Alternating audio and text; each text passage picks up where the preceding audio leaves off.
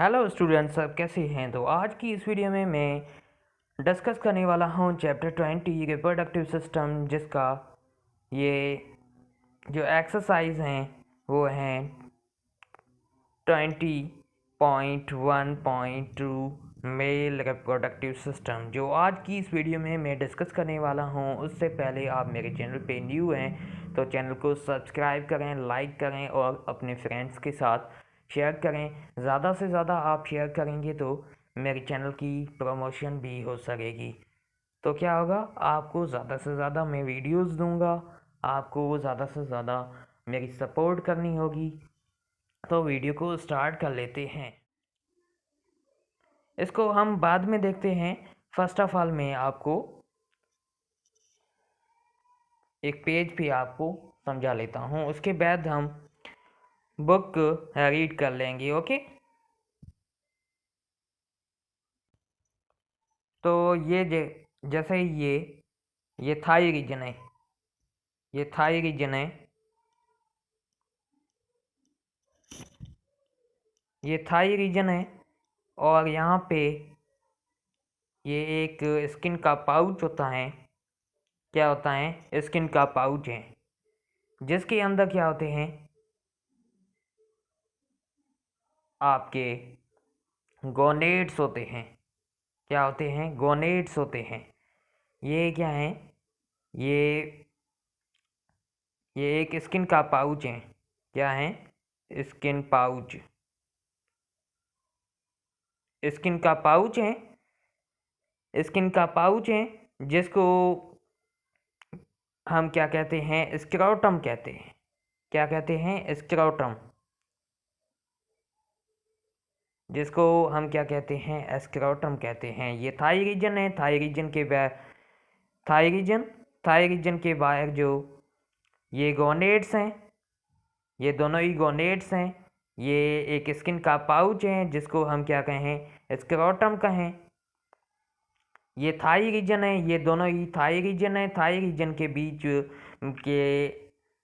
बीच का जो हिस्सा है, इसको हम क्या कहें? स्किन पाउच कहें या पाउच कहें, जिसको हम स्क्रोटम कहें।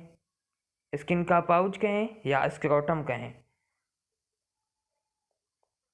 उसके बाद जैसे ही ये आप देखेंगे, ये कुछ इस तरीके की स्ट्रक्चर होती है, जिसको हम क्या कहें? स्क्रोटम कहें। जिसके अंदर क्या मौजूद होते हैं? ये हम गोनेट की बात कर रहे हैं, जिसके अंदर आप देखेंगे ये कुछ इस तरीके की स्ट्रक्चर्स होती है। इनको हम क्या कहें? लोब्यूल्स कहें। इनको हम क्या कहें? लोब्यूल्स कहें। लोब्यूल्स के अंदर क्या होती है? कुछ यू शेप्ड, मैं पेन को चेंज कर लेता हूँ, यू शेप्ड सेमिनिफिगस वैसल्स होती है। सेमिनिफिगस ट्यूब्यूल्स होते हैं। सेमिनिफिगस क्या होते हैं? ट्यूब्यूल्स होते हैं। ये क्या हैं? ये लोब्यूल्स हैं। ये लोब्यूल्स हैं। लोब्यूल्स, ये क्या हैं? लोब्यूल्स हैं। लोब्यूल्स के अंदर लोब्यूल्स कितने होते हैं? 250 लोब्यूल्स होते हैं। 250 लोब्यूल्स होते हैं। और ये जो सेमिनिफिगस, ये सेमिनिफिगस वैसल्स हैं। क्या हैं? ये सेमिनिफिगस वैसल्स हैं। सेमिनिफिगस वैसल्स, सेमिनिफिगस वैसल्स होती हैं। उसके बाद क्या होता है? ये कितनी होती है? इनका तादाद भी आप नोट कर लें। इनका तादाद जो होता है वो 3 होता है। हर जो लोब्यूल है उसके अंदर 3 सेमिनिफिगस वैसल्स होती है। सेमिनिफिगस वैसल्स होती है। उसके बाद क्या है? यहाँ पे कुछ इस तरीके की स्ट्रक्चर होती है। ये लोब्यूल्स जो हैं ये कनेक्ट होती है किसके साथ? लोब्यूल जो हैं ये, यहाँ पे ये जो लोब्यूल्स हैं ये किसके साथ कनेक्ट होती है? यहाँ पे रेटिटेस्टिस होता है। किसके साथ ये लोब्यूल्स कनेक्ट होती है? रेटिटेस्टिस के साथ कनेक्ट होती है। कनेक्ट होने के बाद ये क्या है? जिसको हम क्या कहें?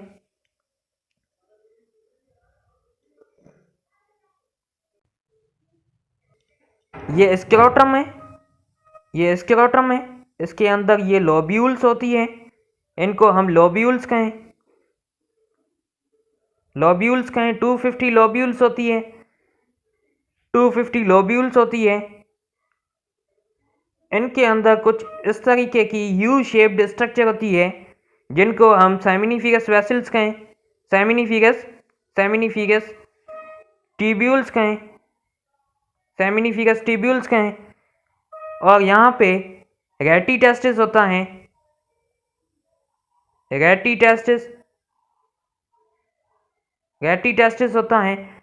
टेस्टिस के बाहर यहाँ पे वाज इफ्रंशिया होता है। क्या होता है? वाज इफ्रंशिया के बाहर एक वहाँ से एक 6 मीटर लॉन्ग ट्यूब होता है जिसको एपिडिडीमस कहें। एपिडिडीमस के बाद क्या होता है? वाज डिफरेंस होता है। वाज डिफरेंस के बाद यूरेथ्रा होता है। ये देखें, ये स्क्रोटम है, पाउच लाइक स्ट्रक्चर होती है, और यहाँ पे ये सेमिनिफिगस क्या है? सेमिनिफिगस ट्यूब्यूल्स हैं। सेमिनिफिगस ट्यूब्यूल्स के बाद रेटी टेस्टिस के बाद वाज इफ्रंशिया के बाद एपिडिडीमस 6 मीटर लॉन्ग होता है, 6 मीटर लॉन्ग ट्यूब होता है। उसके बाद क्या होता है? वाज डिफरेंस होता है, और यहाँ पे जो है वाज इफ्रंशिया होता है, यहाँ पे वाज डिफरेंस होता है। उसके बाद यूरेथ्रा। तो ये आपने सीख लिया होगा। अब चलते हैं बुक के ऊपर। मेल रिप्रोडक्टिव सिस्टम जो कंसिस्ट होता है इंटरनल एंड एक्सटर्नल जेनेटलिया पे। इंटरनल जेनेटलिया के अंदर ये पेयर्ड होते हैं, गोनेड्स पेयर्ड ऑर्गन है जो सेक्स सेल्स को प्रोड्यूस करते हैं। टेस्टिस प्लूरल है, टेस्टिस सिंगुलर है, where they sperms are the produce, वहाँ पे स्पर्म्स प्रोड्यूस होते हैं। एक्सेसरी कुछ स्ट्रक्चर्स हैं जो स्पर्म्स को क्या करती हैं? दैट स्टोर द स्पर्म्स, वो स्पर्म्स को स्टोर करती है। Produce the secretion that activate and the nourish them, ये एक्टिवेट करते हैं, उनको नॉरिशमेंट देते हैं।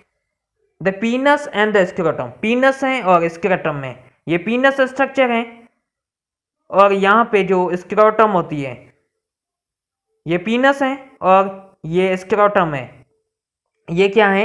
एक्सटर्नल जेनेटेलिया होते हैं। ये क्या है? एक्सटर्नल जेनेटेलिया के अंदर आ जाते हैं। ये ह्यूमन रिप्रोडक्टिव सिस्टम, ये सारा कुछ हमने डिस्कस कर लिया है। आगे भी हम यही कुछ डिस्कस करेंगे।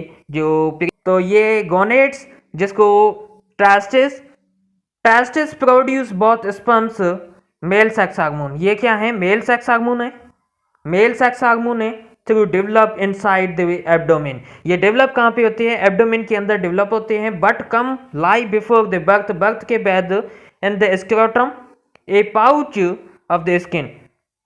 पाउच ऑफ स्किन, ये स्किन का पाउच होता है जो लोकेटेड कहाँ पे होता है? आउटसाइड द एब्डोमेन के अंदर मौजूद होता है, बिटवीन द थाई रीजन।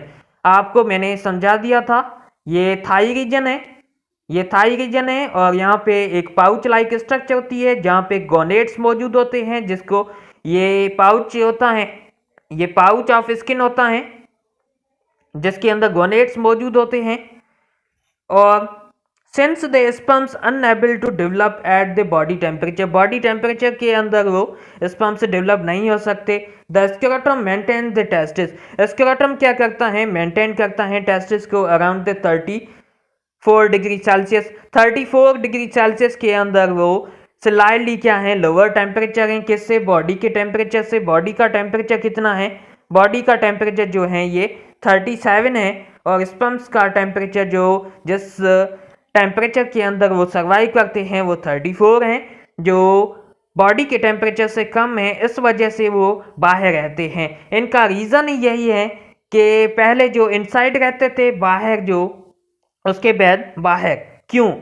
इसका रीज़न यही है कि 34 डिग्री सेल्सियस जो ये स्पर्म्स जिस टेम्परेचर पे रहते हैं वो बॉडी का टेम्परेचर जो है वो ज़्यादा है, स्पर्म्स का टेम्परेचर जो है वो कम है, इस वजह से वो बाहर रहते हैं।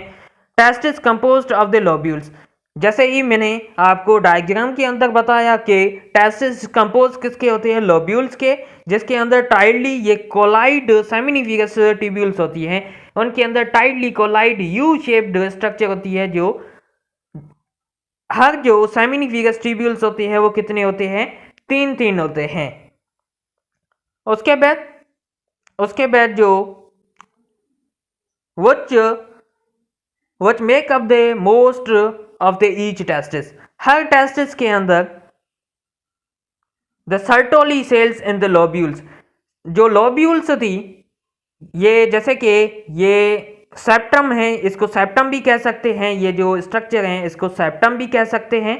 इसके अंदर क्या होती है, सेमिनिफिगस ट्यूब्यूल्स होते हैं, ये सेमिनिफिगस ट्यूब्यूल्स हैं। सेमिनिफिगस ट्यूब्यूल्स के अंदर क्या होते हैं, सर्टोली सेल्स होते हैं। क्या होते हैं, सर्टोली सेल्स होते हैं, जो क्या कराते हैं, स्पर्म्स की प्रोडक्शन करवाते हैं। Process of the sperm production, जिसके अंदर स्पर्म्स की प्रोडक्शन हो उसको हम क्या कहेंगे, स्पर्मेटोजेनेसिस कहेंगे। सर्टोली सेल्स ये कहां से रिलीज होते हैं, एंटीरियर पिट्यूटरी से। तो ये सर्टोली सेल्स किसके अंदर होते हैं, सेमिनिफिगस। ये जो यू शेप्ड ट्यूब हैं, यू शेप्ड ट्यूब्स होते हैं, ये 3 होते हैं हर लोब्यूल के अंदर। तो इनके अंदर क्या होते हैं, सर्टोली सेल्स होते हैं, जो प्रोडक्शन किसकी कराते हैं, स्पर्म्स की प्रोडक्शन करवाते हैं। जिसके अंदर स्पर्म्स की प्रोडक्शन हो उसको हम क्या कहेंगे, स्पर्मेटोजेनेसिस कहेंगे। तो वीडियो पसंद आई हो तो एक छोटा सा लाइक और सब्सक्राइब कर लें, और अपने फ्रेंड्स के साथ वीडियो को शेयर कर लें, और कमेंट में बताएं कि वीडियो आपको कैसी लगी। नेक्स्ट वीडियो में ये एक्सेसरी डक्ट को डिस्कस करने वाले हैं। ओके, तो नेक्स्ट वीडियो में मिलते हैं।